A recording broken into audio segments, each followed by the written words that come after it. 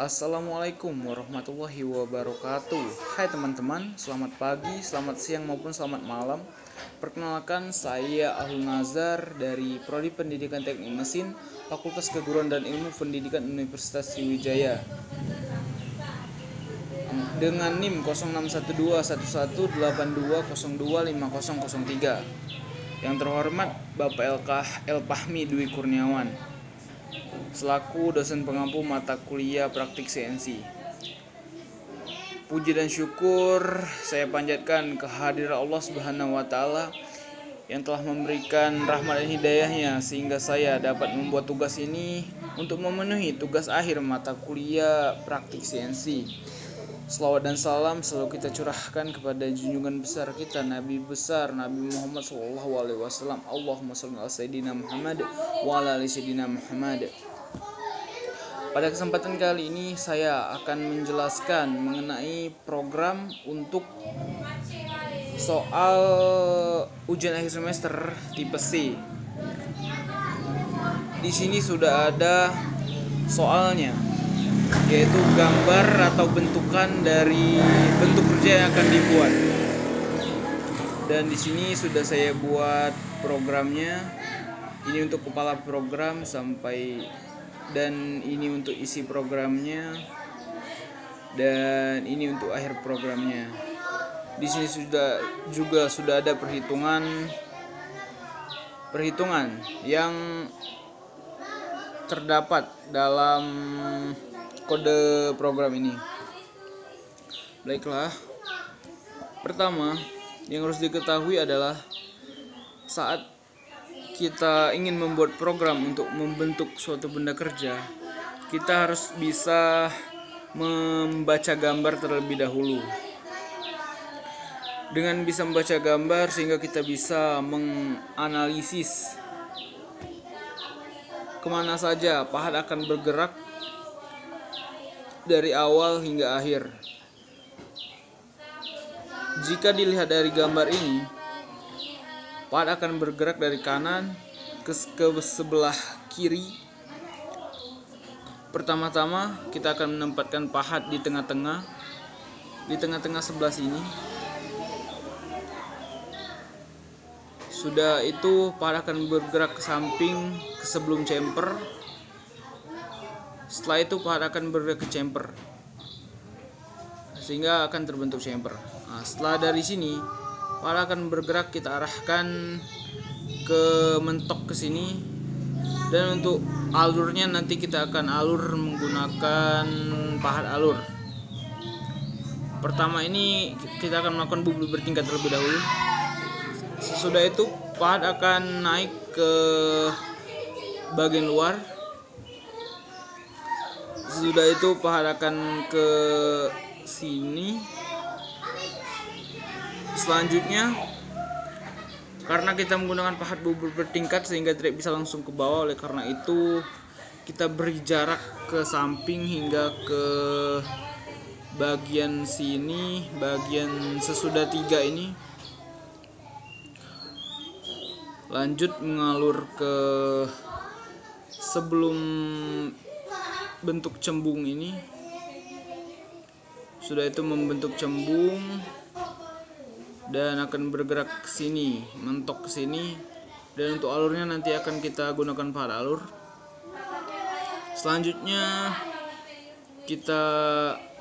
pahat akan bergerak melebar ke sini. Sesudah itu pahat akan bergerak ke sini ke sebelum chamfer, dan terakhir pahat akan membentuk chamfer. Itu untuk pahat bertingkat, gerakan untuk pahat bertingkat. Dan untuk pahat alur, di sini terdapat 5 alur. Benar, 5. Ini yang pertama untuk 6 ini. Nah, dan yang kedua ini ada di sini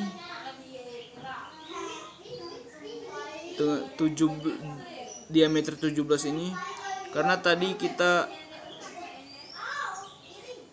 langkaukan atau kita lompatkan ke sesudah 3 ini untuk menghindari potongan yang tidak perlu. Alur yang ketiga adalah yang diameter 5, alur keempat diameter 9, dan alur yang terakhir diameter 7 ini. Itu untuk alur, dan yang terakhir adalah kita akan membentuk ulir di sini dengan diameter luar 12 dan kisar 1,5. Itu adalah pahat dan langkah-langkahnya. Kita menggunakan 3 pahat dan 3 macam pengerjaan.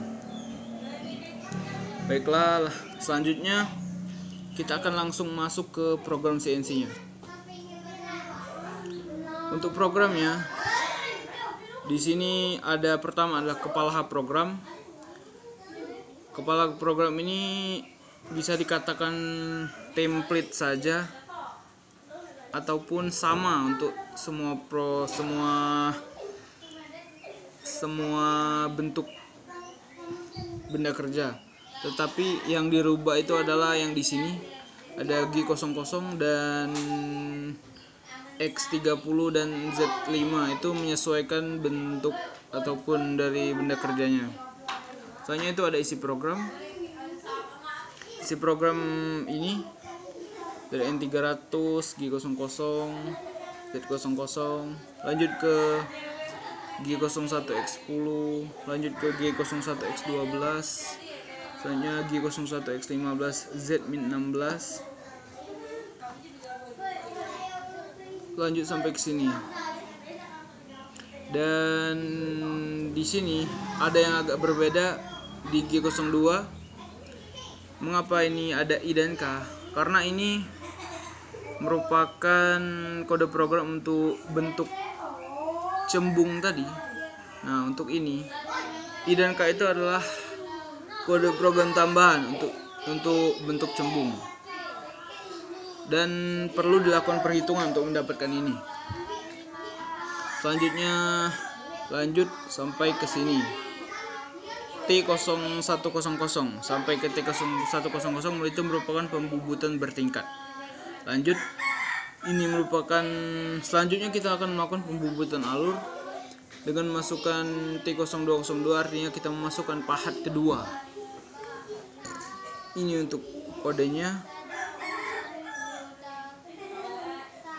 sampai ke T0200. Itu merupakan akhir dari pahat kedua dan akhir dari pembubutan alur. Dan terakhir ini adalah untuk pahat ketiga ataupun pembubutan ketiga, yaitu untuk ulir, dimana kita masukkan T0303 untuk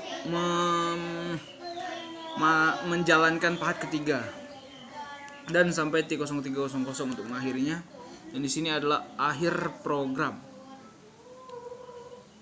Itu adalah untuk programnya, cukup panjang. Selanjutnya, tadi kan saya menyebutkan ada beberapa perhitungan. Di sini akan dilakukan tiga perhitungan, yaitu untuk pertama chamber depan ini, kedua untuk bentuk cembung ini, dan ketiga untuk chamber belakang. Kita sebut seperti itu. Pertama kita akan melakukan perhitungan untuk chamber depan. Perhitungannya di sini. Nah, ini dia perhitungan untuk chamber depan.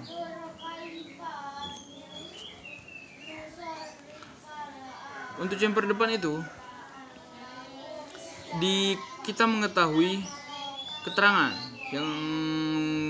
yang berisi keterangannya itu, yaitu sisi miringnya adalah 1 kali 45 derajat.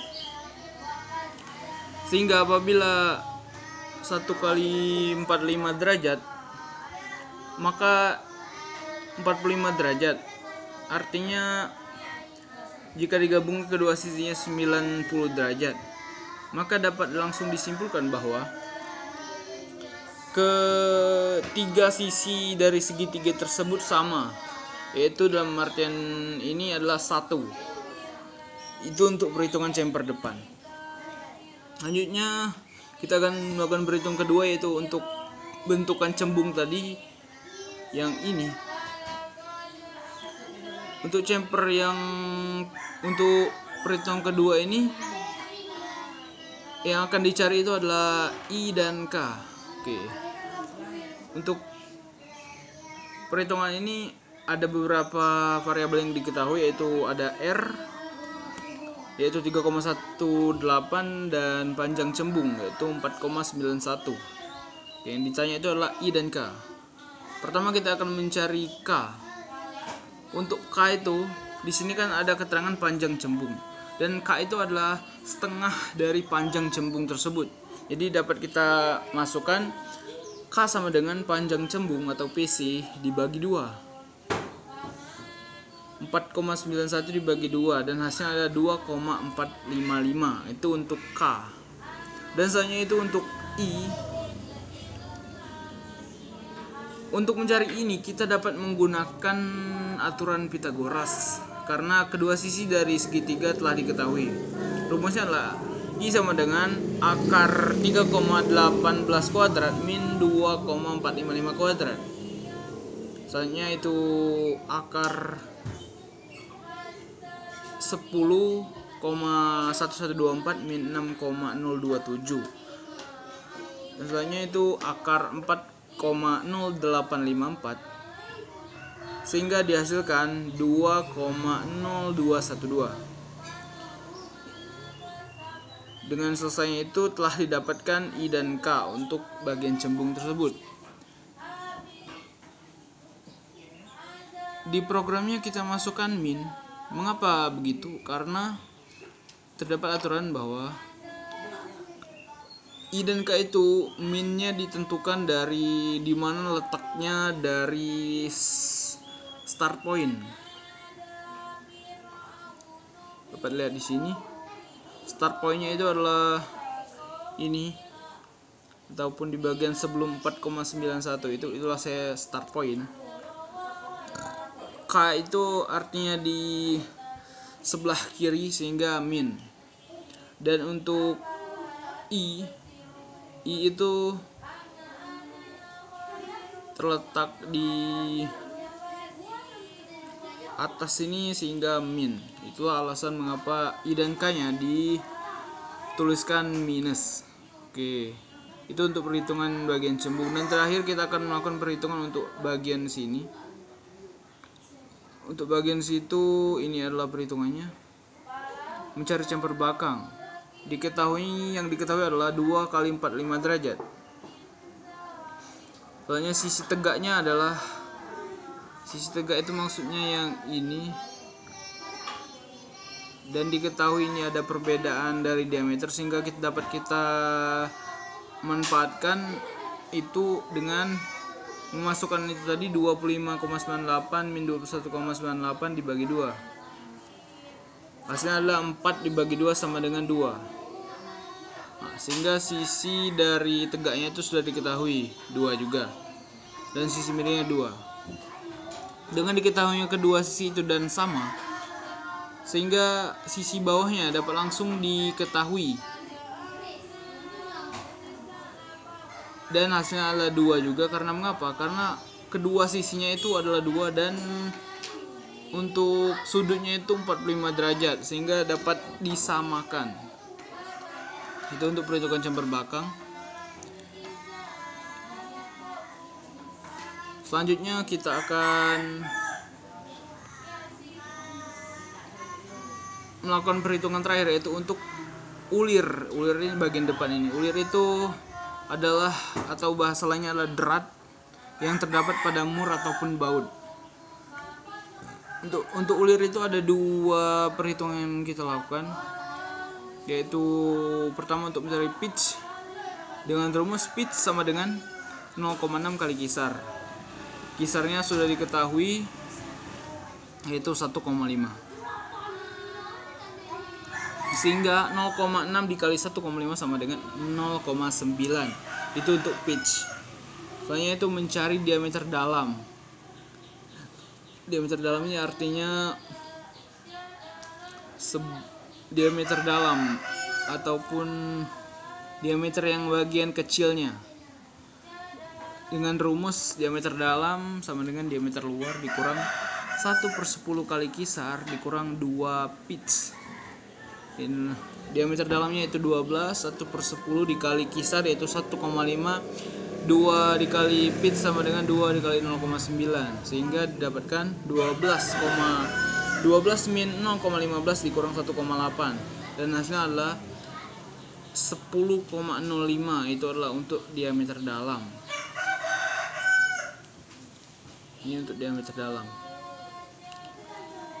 Itu untuk perhitungan. Selanjutnya kita akan mengeksekusi program ini di aplikasi CNC simulatornya. Oke, baiklah, di sini kita sudah masuk pada aplikasi CNC simulator. Kita langsung saja. Pertama kita pilih new project untuk memulai project baru. Selanjutnya kita akan mengatur ukuran dari benda kerja. Di sini kita buat panjangnya 80 dan untuk diameternya itu 30, dan untuk yang benda kerja yang melekat pada klem itu 15. Lanjut kita akan mengatur part yang akan digunakan. Sorry, di sini ada iklan, sebentar. Kita skip. Oke, sudah. Pertama kita akan mengatur pahat untuk